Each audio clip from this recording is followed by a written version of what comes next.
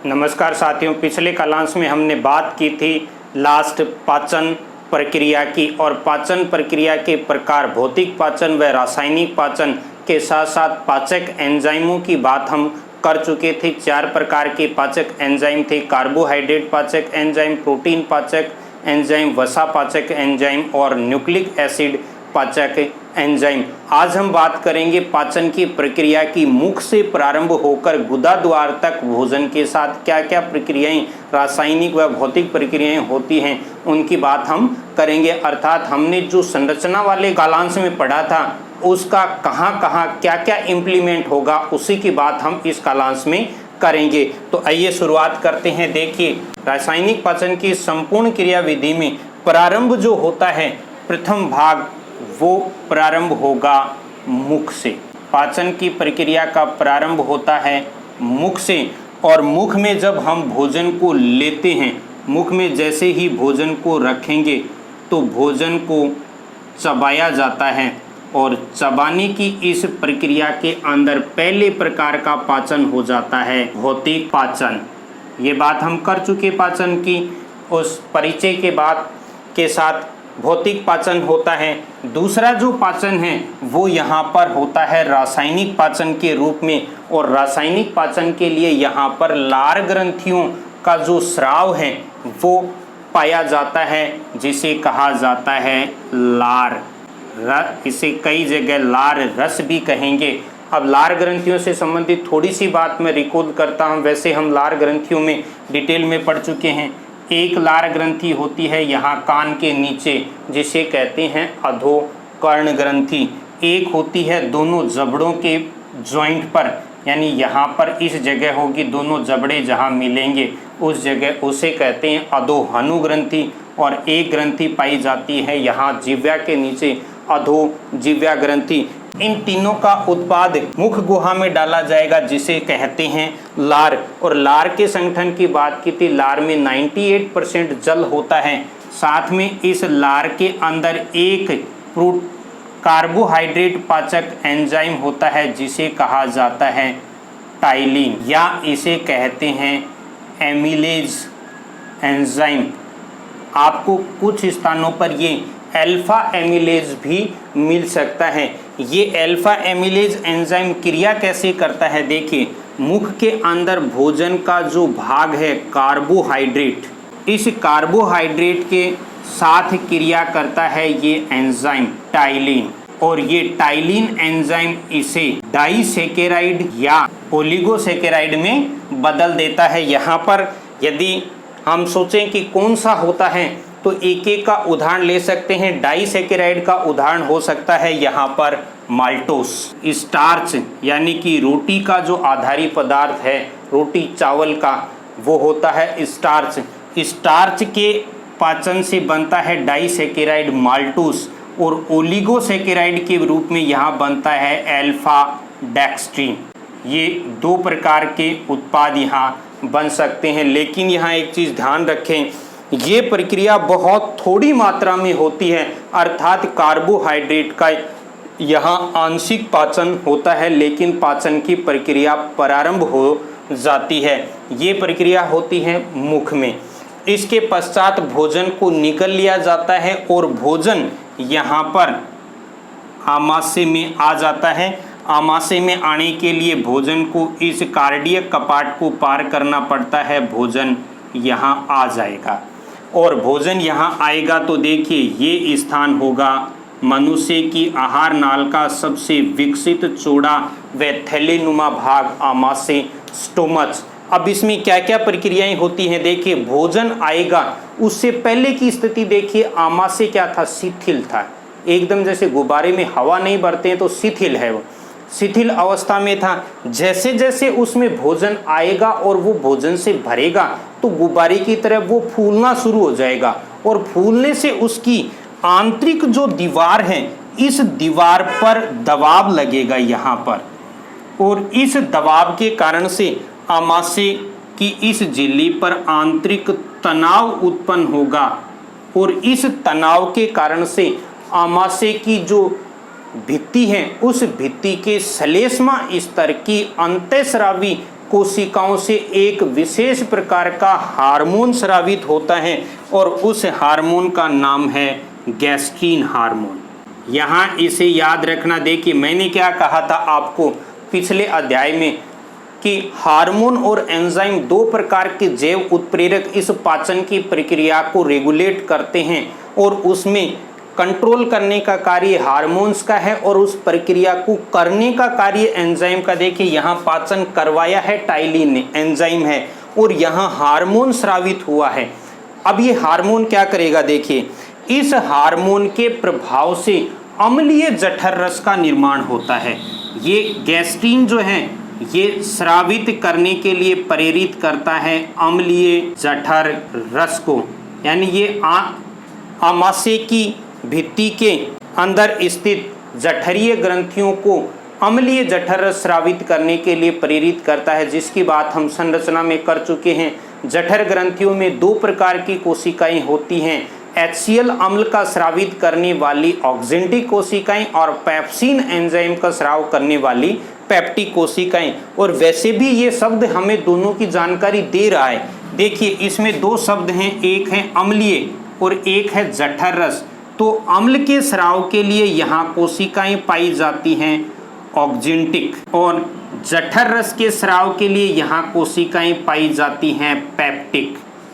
Oxyntic व peptic कोशिकाएं पाई जाती हैं। ऑक्जेंटिक जो कोशिकाएं हैं ये सांद्र HCl अम्ल हाइड्रोक्लोरिक अम्ल का स्राव करती हैं और पेप्टिक जो कोशिकाएं हैं ये पेप्सिन एंजाइम को स्रावित करती हैं। देखिए ये कोशिकाएं स्रावित करती हैं पेप्सिन एंजाइम को। इसके अलावा इन्हीं कोशिकाओं के समूह से स्रावित किया जाता है रेनिन और वसापाचक लाइपेज एंजाइम। यहाँ पर देखिए सबसे मुख्य जो एंजाइम स्रावित किया जाता है वो पेप्सिन होता है। बाकी दो एंजाइम के बारे में जानकारी देखिए। बाकी दोनों एंजाइमों में रेनिन जो एंजाइम है वो मनुष्य में केवल दूध पीते बच्चे में ही स्रावित होता है। दूध पीते बच्चे में उसका एकमात्र भोजन होता है दूध।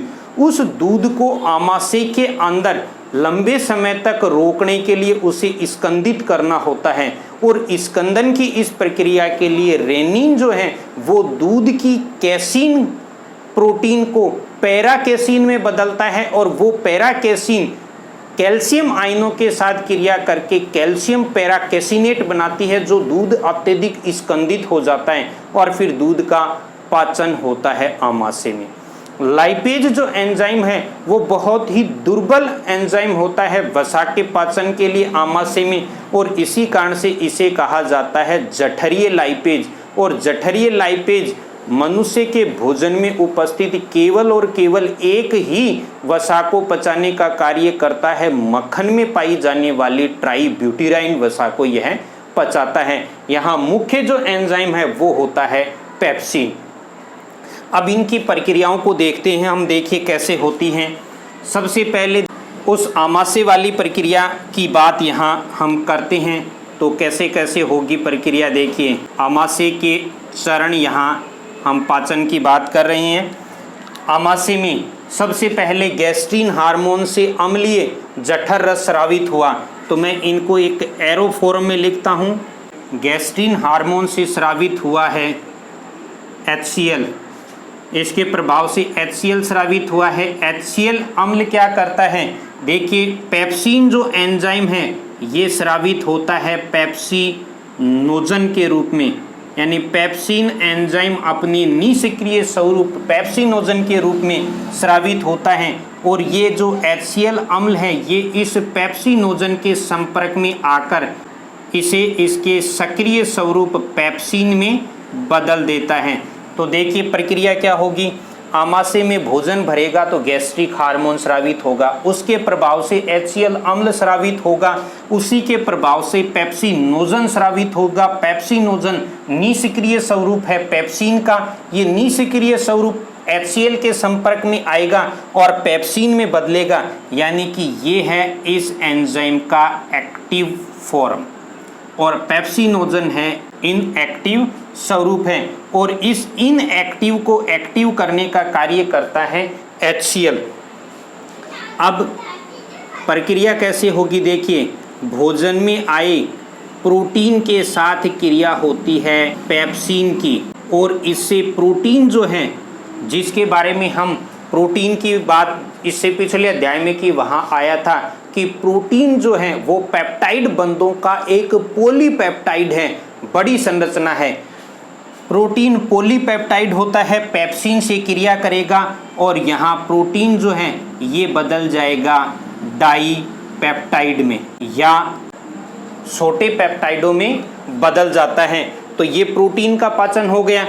इसी के साथ देखिए, दूध के अंदर प्रोटीन पाई जाती है कैसीन, और उस कैसीन के साथ क्रिया करता है रेनिन एंजाइम। अब यहाँ ये बात मैं मौखिक बता देता हूँ, रेनिन जो है वो भी अपने निष्क्रिय स्वरूप में स्रावित होता है और उसका निष्क्रिय स्वरूप होता है प्रोरेनिन, और वो प्रोरेनिन HCl के संपर्क में आकर एक्टिव फॉर्म यानी कि रेनिन में बदल जाता है, और ये रेनिन कैसीन प्रोटीन के साथ क्रिया करता है और इससे बनता है पैराकेसीन। और ये जो पैराकेसीन है ये कैल्शियम के साथ क्रिया करके एक और स्कंदित स्वरूप बनाता है जिसे कहते हैं कैल्शियम पैराकेसिनेट। ये थोड़ी सी एक्स्ट्रा जानकारी आपके लिए। पैराकेसीन कैल्शियम के साथ क्रिया करके बनाता है कैल्शियम पैराकेसिनेट। और लास्ट बचता है देखिए लाइपेज। लाइपेज जो है ये करता है वसा के साथ क्रिया और इससे बनते हैं वसीय अम्ल तथा ग्लिसरॉल। वसीय अम्ल तथा ग्लिसरॉल बनते हैं। इन सभी के अंदर एक चीज ध्यान रखनी है, यहाँ पर HCl और pH 1 से 2 होगी। HCl होगा, सभी क्रियाएं HCl की उपस्थिति में होंगी, जहाँ पर pH 1 से 2 होगा। यानी आमाशय में होने वाली ये तीनों प्रक्रियाएं, प्रोटीन की प्रक्रिया पेप्सिन के साथ होती है जिससे डाईपेप्टाइड बनते हैं। कैसीन दूध की प्रोटीन है जिसकी क्रिया रेनिन के साथ होती है, पैराकेसीन बनता है। और वसा की क्रिया लाइपेज से होती है जिससे वसीय अम्ल और ग्लिसरॉल बनते हैं। ये तीनों ही प्रक्रियाएं अम्लीय माध्यम में सांद्र HCl की उपस्थिति में लगभग 1 से 2 pH के माध्यम पर होती हैं। अब देखिए, इतनी हैवी pH होते हुए भी हमारे शरीर में इसका कुछ प्रभाव दिखाई क्यों नहीं देता है। तो देखिए, इस हैवी pH की बात करें तो इतनी हैवी pH होती है, यदि इस अम्ल को खुले में हमारी हथेली पर डाला जाए तो हाथों हाथ छेद करके नीचे से निकल जाएगा, इतना सांद्र अम्ल है। फिर भी पेट जैसी कोमल जगह में कैसे आराम से सर्वाइव करता है, हमें ऐसा क्यों महसूस नहीं होता है। तो देखिए, इसका कारण है मनुष्य के आमाशय की आंतरिक भित्ति में श्लेष्मा ग्रंथियां पाई जाती हैं जो श्लेष्मा का अत्यधिक स्राव करती हैं, जिससे कोशिकाओं के और अम्ल के मध्य श्लेष्मा की एक अटूट परत होती है। दूसरी बात, इसका असर बहुत रेयर चांस में या कई बार दिखाई देता है जब हम अत्यधिक खाना खा लेते हैं या फिर अत्यधिक मसालेदार खाना खा लेते हैं। तो उस कारण से ये HCl जो अम्ल है इसका स्राव मनुष्य के आमाशय में सामान्य से अधिक होता है, और सामान्य से अधिक HCl के स्राव के कारण से मनुष्य के आमाशय में एसिड की मात्रा बढ़ जाती है जिसे कहा जाता है एसिडिटी। और एसिडिटी जब व्यक्ति को होती है तो वहाँ पर ध्यान रखने की बात है, व्यक्ति को हमेशा अम्ल क्षार का जो सिद्धांत है उस सिद्धांत के आधार पर दवा दी जाती है। यानी कि जितनी भी दवाइयाँ दी जाती हैं वो सब एंटा एसिड होती हैं, ये ध्यान रखें। देखिए, जितनी दवाइयाँ दी जाती हैं वो होती हैं एंटासिड।